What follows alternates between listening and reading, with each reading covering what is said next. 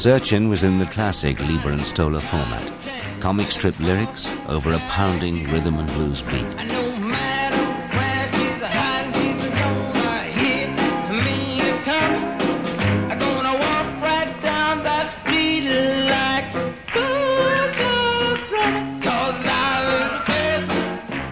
I think the business was changing. There was a much bigger white audience for this kind of material than there ever had been. I think that the subject matter, unwittingly, right, was getting a little broader. Like the early stuff I wrote, I was imitating the great old blues singers. When I wrote things like Real Ugly Woman, well, teenage kids don't buy songs about real ugly women, you know, and they don't buy songs by Amos Milburn like Bad Whiskey. Bad Whiskey, but they do buy songs about, you know, bad girls walking down the street, you know. Life could be a dream, life could be a dream. The Coasters were not the only group who had started off as kids on street corners, practicing a gospel harmony style that had become known as doo-wop. The only one that's in love, life could be a dream. So you ought hello again. Shaboom, hello, when we again, boom, ba boom,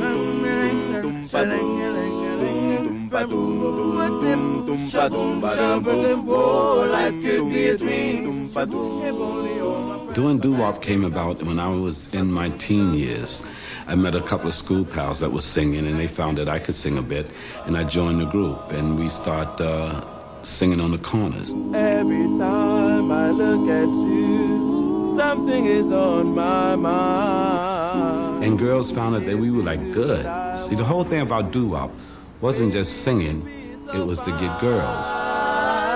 As a replacement singer in the Drifters, an already legendary doo-wop group, Ben E. King moved from the New York streets to the studio for one of the most influential recordings of the day.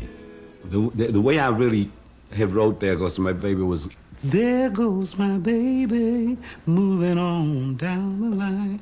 I was there, but when I got to Jerry Lee and Mike Stoller, they went to the kettle drums, don, don, da, da, da, da, da.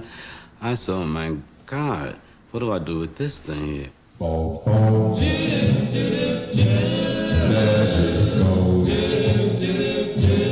There she goes.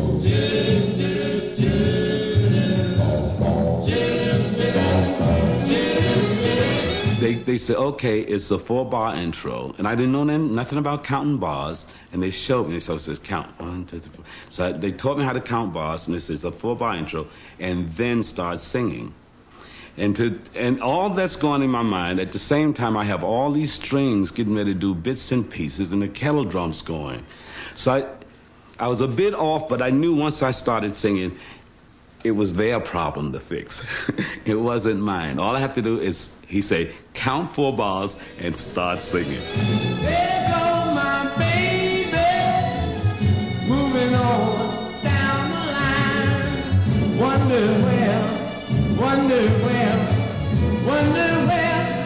she's bound. They aspired to dare to put strings on and orchestral percussion. I mean, this was unheard of. If you didn't have drums and honking horns and a saxophone, doo-wah, doo-wah, doo-wah, doo-wah, what kind of record were you making?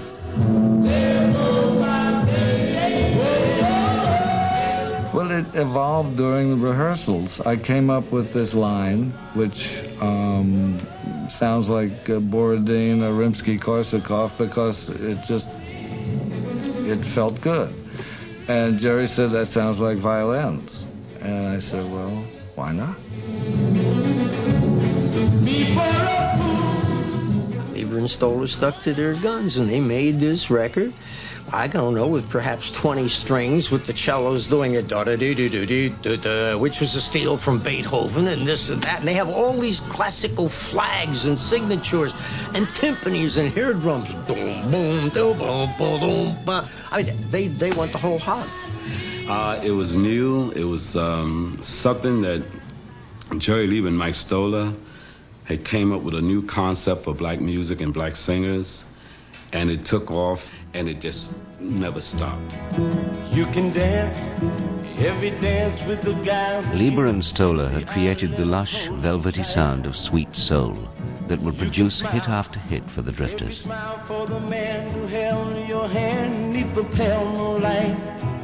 But Ben E. King's career with the group was so brief that on television a fellow drifter had to mime to his lead vocals. So darling, say the last dance for me. Lieber and Stoller agreed to produce King as a solo artist. Again, they tempered his gospel style to fit their orchestral productions. Coming out of the gospel, you do things like, nearer, my God, to thee, oh, nearer, my God, to thee. And then they would take me and say, do this song. There is a rose in Spanish Harlem, a red rose up in Spanish Harlem. It is the special one, it's never seen the sun. It only comes out when the moon is on the run and all the stars are gleaming. I said, you gotta be joking. But once I would do it, it all made sense. It just fit perfectly. There is a rose in Spanish Harlem, a red rose up in Spanish Harlem. It is a special one, it's never seen the sun. It only comes out when the moon is on the run and all the stars are gleaming. It's growing in the street right up. Lieber and Stoller had crafted a form of black music that was to be remarkably successful. They say the neon lights are Mixing rock and roll with the more traditional songwriting skills of Broadway, they even worked out of the same legendary building that Irving Berlin and Cole Porter had used. In the upper floors, there were all the publishers and the writers' offices, and the halls were just filled with music. And the doors were not soundproof.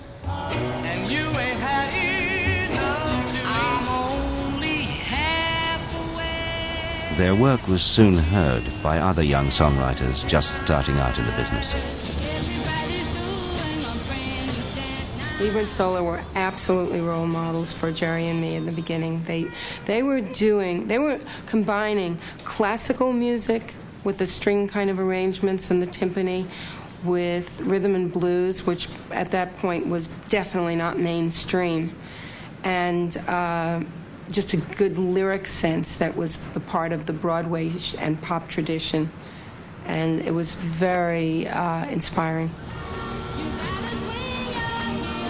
Carole King and her partner, Jerry Goffin, would help fill the Brill Building with a new sound, an invasion of male-dominated rock and roll by girls. Well, I met him on a Sunday, and I missed him on a Monday, and Mickey says, well, I phoned him on a Tuesday, and I dated him on Wednesday. That was Beverly. Do run, they run, Papa do run, they run, Papa do. Ooh, that's how it started. God. The Shirelles were four high school friends from New Jersey. Their first recording, I Met Him on a Sunday, didn't even make the top 40. But they soon made recording history with a song written by Goffin and King.